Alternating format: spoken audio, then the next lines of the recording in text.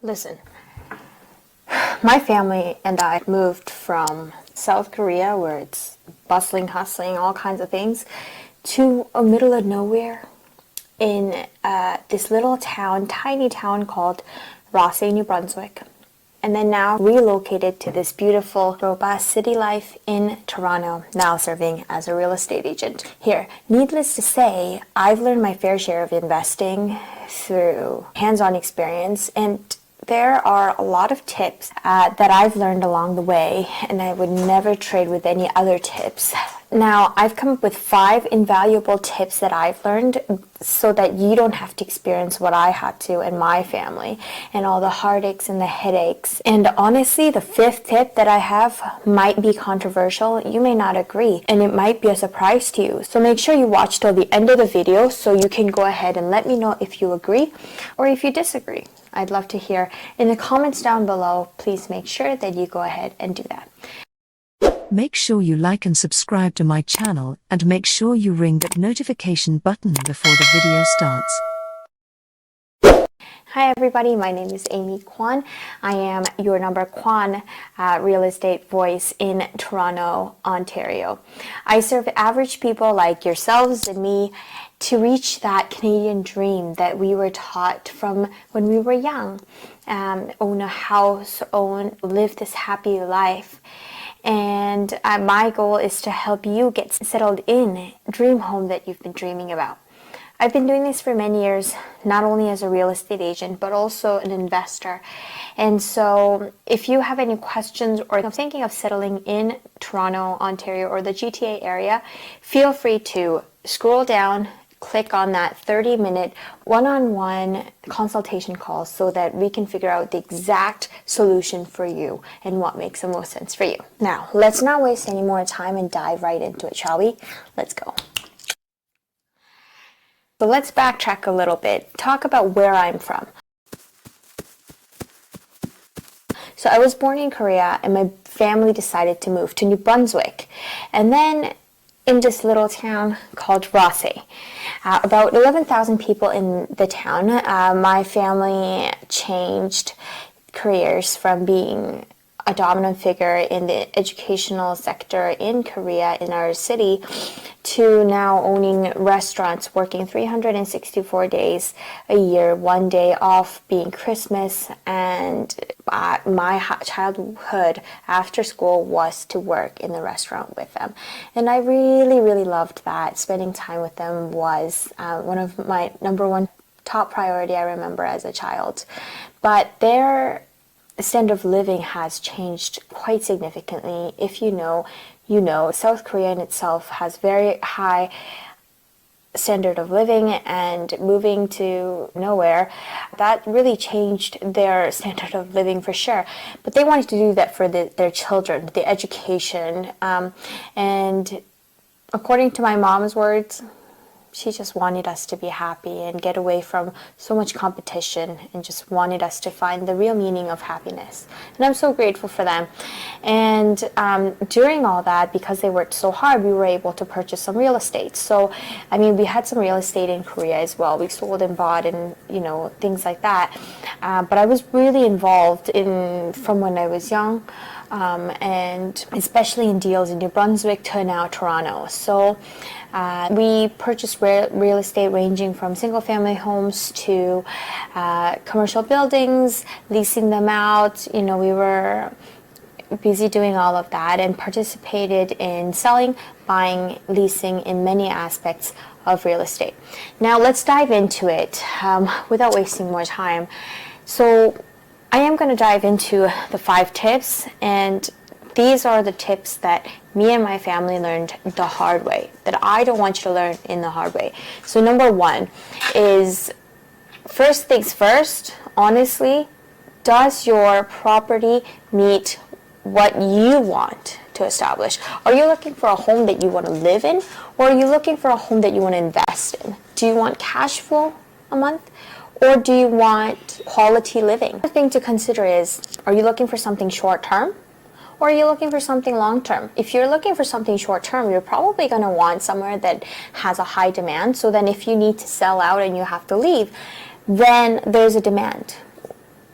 because I know when we were living in New Brunswick and we wanted to sell, it took so long because the demand is so low, especially commercial buildings and stuff like that, right? There's not a lot of people that is able to afford it, or I found a lot of people were coming from a different city or different states to purchase the commercial buildings. All right, here we go. Let's try again. So number 2 is the population. So look at the population in the last few years. Look at the projection.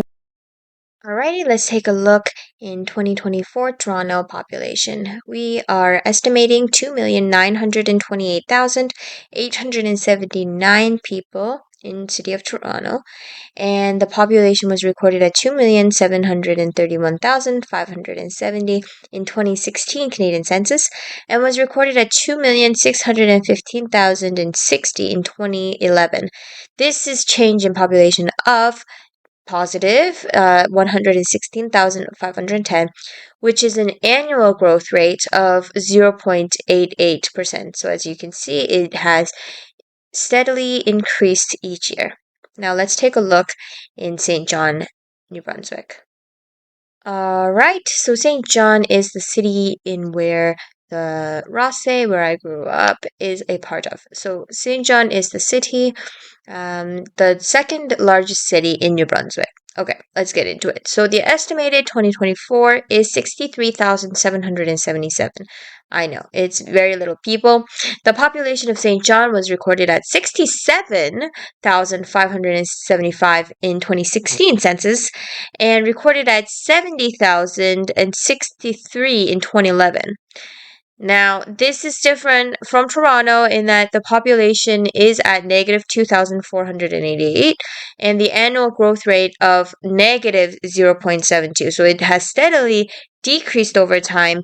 And it's actually quite interesting because this particular time of the era, because of COVID, a lot of people have moved out of the city, and some people have decided to move out to New Brunswick. And even with that, we are still seeing that we have lower numbers than many of the years that we've had. Number 3 is the job market. So something you should be asking yourself is, can this market that you're trying to invest in keep growing? That is important. So like we talked about the population plays a big role in it, but also the type of people that are coming in is also very important. You want people that are younger, small families, people who are coming in to start a family or start something in where you want to be, and somewhere that offers good jobs or that is a hub of jobs or somewhere. Universities, a good university where people can get good education even for their kids and stuff like that.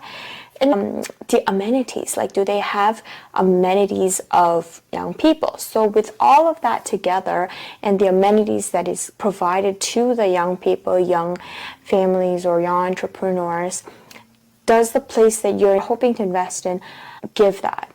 That is the question that I would ask myself, that I do ask myself when I'm looking for properties to invest in. And clearly in this example, I'm so sorry to let you guys Rosse people down. I love you. But in terms of investing, in terms of the job market, I would say not quite. Is not really what Rosse would be about. Number 4 is the property itself. Of course, you cannot discredit the property that you're going to be living in or you're going to be renting out to. You want something that serves the purpose of what you want. So as number 1, we talked about, you should set intentions. Number 4 basically just says you need to figure out if the property structurally it's good, and you have to make sure that you look at the comparables and you do get it for the price that you think is reasonable, and you calculate if it is a rental property, you look at how much you want cash flow, you need to cash flow to make sure that this makes sense. And if it is somewhere that you're going to live, then, it makes sense as to what you wanted and make sure that it matches to that. So this is very important, of course, especially if you're hoping to buy something where you're going to be residing in. I would say property itself is also something worth paying attention to. And the last one that everyone's been waiting for, number 5, is location. I don't mean to be that realtor that keeps on saying, location, location, location. Every property description, right? Location, location, location. This is the home that you've been looking for, situated in blah, blah, blah. I don't mean to be that realtor, but having experienced what I have experienced, I would say hands down location is number 1 factor when it comes to buying a property, especially investment property.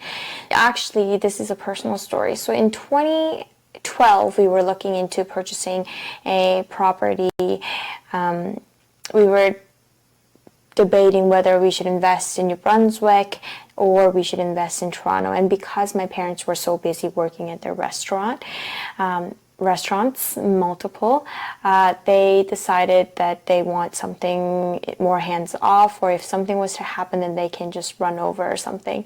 So they ended up investing in New Brunswick instead of Toronto. So we could have been qualified for either, really, but that's what we ended up going with, and we've contemplated for 2 months or something like that. And we either would have bought an investment property downtown Toronto. Yeah, I know. It's a very old unit, commercial building too, so that's why we were hesitating in case, something happens to it or whatever. Or the one in New Brunswick where it was newer and stuff like that. So we ended up going with that, but when we sold, we barely made any profit. I think we might have lost some money with taxes and stuff that were involved in it. But the one in Toronto, it 20x'd. So that hurts a little bit, for sure. But I would say that's not the only example. We've had house deals that fell through because we were like, oh, maybe we should just invest in New Brunswick wherever we go, kind of thing. And we did overstay in New Brunswick because we loved the people, we loved the business. Everybody knew us, we knew them in Ross. It has a really special place in our hearts. So it's been sort of pattern that we've seen. It's not only one property I am just basing this off of. Even investing in Korea, I can get in details about that in another video. But I am trying to prove that yes, location really, really matters, and figuring out where you're going to be buying and where everything is so important. So I hope that you found this video helpful in investing. And if you're hoping to invest in the GTA area, make sure you get in touch with me. I have my Instagram, Facebook, and all the other social media linked down below. If you want to schedule a 30-minute session with me one-on-one for free, go ahead and do that. There's a link down below as well. And before you go, make sure you like and subscribe, and make sure you turn on that notification bell to make sure that you stay on top of this real estate journey and come out stronger than ever. And until next time, 안녕!